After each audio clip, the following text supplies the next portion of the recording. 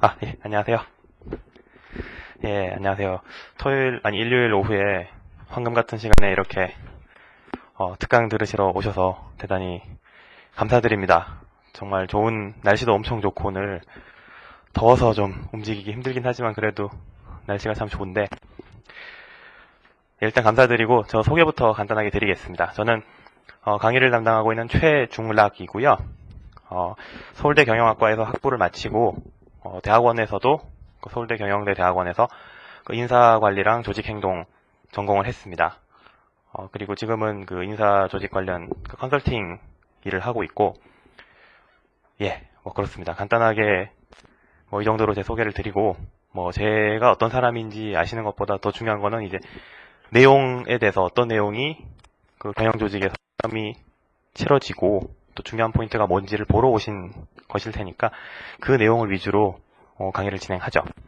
오늘 강의는 아무래도 여러분들 귀중한 시간 빼서 오셨기 때문에 그 시간 헛되지 않게 최대한 노력을 제가 하겠습니다. 그래서 전반부에는 일단 경영조직론의 내용, 어떤 것들이 들어있고 뭐가 중요한지 전체적인 어떤 내용의 얼개를 보여드리고 그 다음에 이제 기출문제, 최근 3년 동안 기출문제가 이제 어떤 식으로 나왔고 포인트가 뭔지, 과연 답을 쓴다면 어떻게 써야 되는지 이런 것들을 알려드리고요.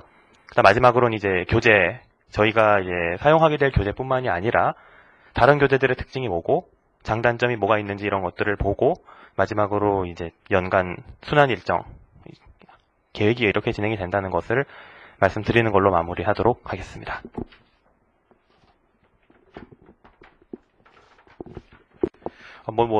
경영조직 처음 공부하시는 분들이 대부분이시겠지만 혹시 학부 때 경영학 수업 들으신 적이 있으신 분 계신가요?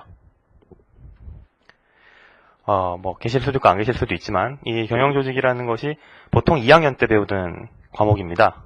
경영대 학부 2학년들이 배우는, 사실상 전공 과목으로선 처음 배우는 과목이 돼요. 그러니까 그만큼 기초적이고 또 한편으로는 어렵지 않다는 것이죠.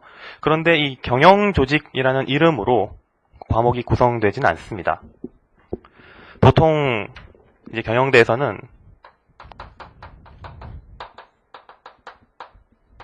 조직행동 또는 조직행위라는 과목을 제일 먼저 배워요. 이걸 이제 OB라고 부릅니다. O라는 건 이제 조직, 오르가니제이션이고 B는 비헤이비어, 행동인데 그 행동, 비헤이비어를 행동으로 번역하느냐, 행위로 번역하느냐에 따라서 학교에 따라서 조직 행동이라고 하는 학교도 있고 조직 행위라고 하는 대학도 있고 그래요.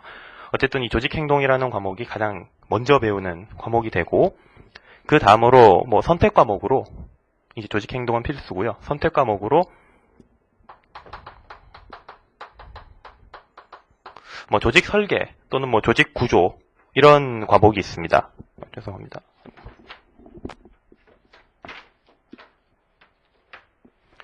이 과목이 있는데 이 조직 설계론이라는 것은 이제 구조, 조직을 어떻게 디자인하느냐 이것에 관련된 내용이거든요. 그 다음으로 조직 이론이라는 과목이 있어요. 이거는 약간 좀 어렵습니다. 왜냐하면은 사회학이나 심리학에서 그동안 연구되어 왔던 조직에 대한 것을 정말 이론적으로 접근하는 거기 때문에 학부 수업에선 잘 다루지 않고 대부분 대학원에서 많이 다루는 그런 과목들입니다. 그 다음 조직 문화라는 과목도 있고요. 이것도 마찬가지로 대학원 세미나 같은 식으로 조직 문화에 대해서만 한 학기 동안 공부하는 건데 좀 어렵습니다. 어쨌든 이런 내용들이 대부분 다 들어있어요. 이 중에 행동이랑 설계는 보통 학부 수준에서 배우는 과목이고 조직 이론이랑 문화는 이제 대학원 수준에서 하는 과목들인데 다행이면 다행이고 불행이면 불행인데 저희 경영조직론에서는 이 네 과목이 다 들어있어요. 그래서 책이 좀 많습니다. 4권을 봐야 되느냐 그건 아니고요.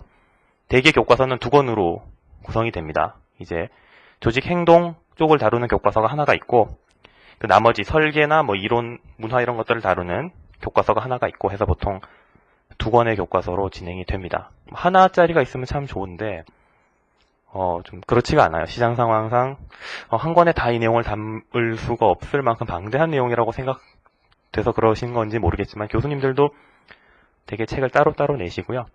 그렇다고 해서 그러면은 엄청나게 내용이 많으니까 어렵지 않을까라고 생각하실 수가 있는데 또 그렇진 않습니다. 왜냐하면 엄청나게 많은 분량을 다루기 때문에 그만큼 거기서 중요한 것 위주로만 보시면 된다는 거거든요. 깊게 엄청 자세하게 들어갈 수가 없어요.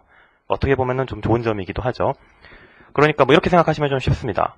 그냥 법학 개론 같은 거라고 보시면 돼요. 뭐 행정법도 있고 헌법도 있고 다 알아야 법학 개론을 하는 게 아니잖아요. 그러니까 기초적인 것만 아시면 되는 것처럼 이것도 뭐 여러분들이 조직을 전공하시는 것이 아니기 때문에 엄청나게 막 최근에 논문이나 시사적인 이슈가 막 빵빵 터져서 논점을 굉장히 복잡하게 잡아야 되는 것이 아닌가, 그런 건 아니라는 거 말씀을 드리고, 오늘 제가 이 칠판 가득히 뭔가를 써드릴 겁니다. 그게 이 조직, 경영 조직에서 다루는 내용의 전부예요.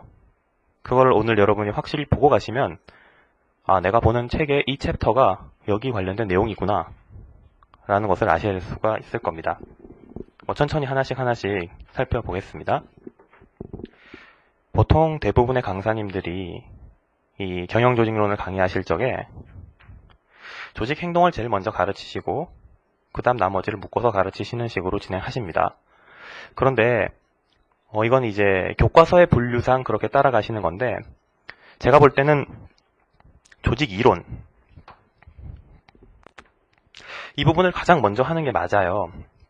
왜냐하면 근간을 이루는 모든 학문도 무슨 체계가 있고 구조가 있고 논리가 있잖아요. 그러니까 조직론도 마찬가지로 그 이론적 배경이나 근거가 되는 베이스 이론들이 있는데 그런 것들을 먼저 접하고 그 다음 조직 행동이나 설계로 넘어가셔야 여러분이 그런 뼈대를 잡으시기가 좋습니다.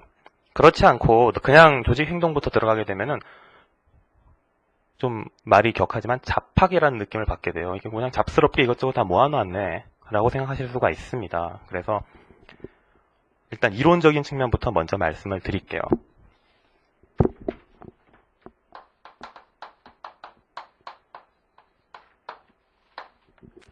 조직 이론에서 가장 중요한 것이 뭐냐 하면은 사람과 조직이 어떤 관계를 가지고 있느냐 하는 겁니다.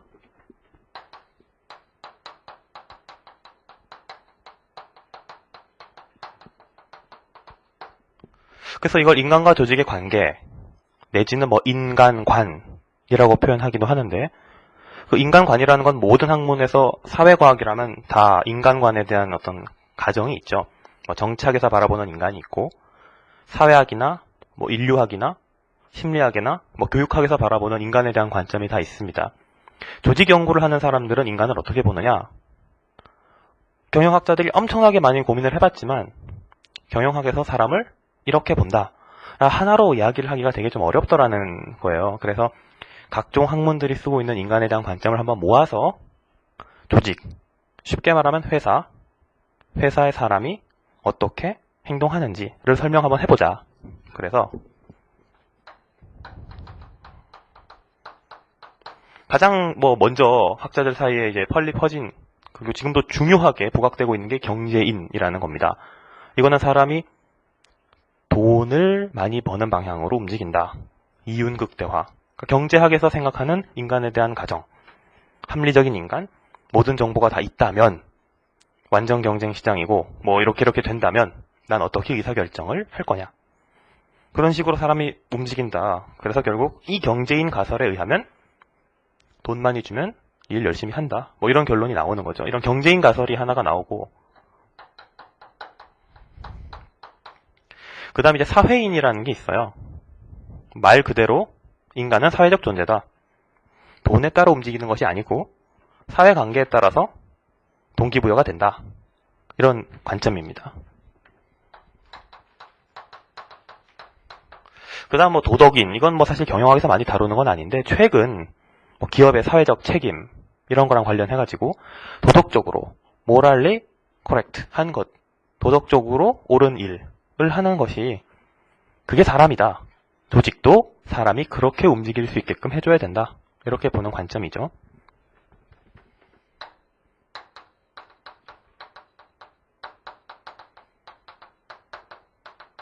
그 다음에 이제 나오는 게 행동경제학에서 나오는 건데 요새 사실 행동경제학이라는 거 많이 들어보셨죠.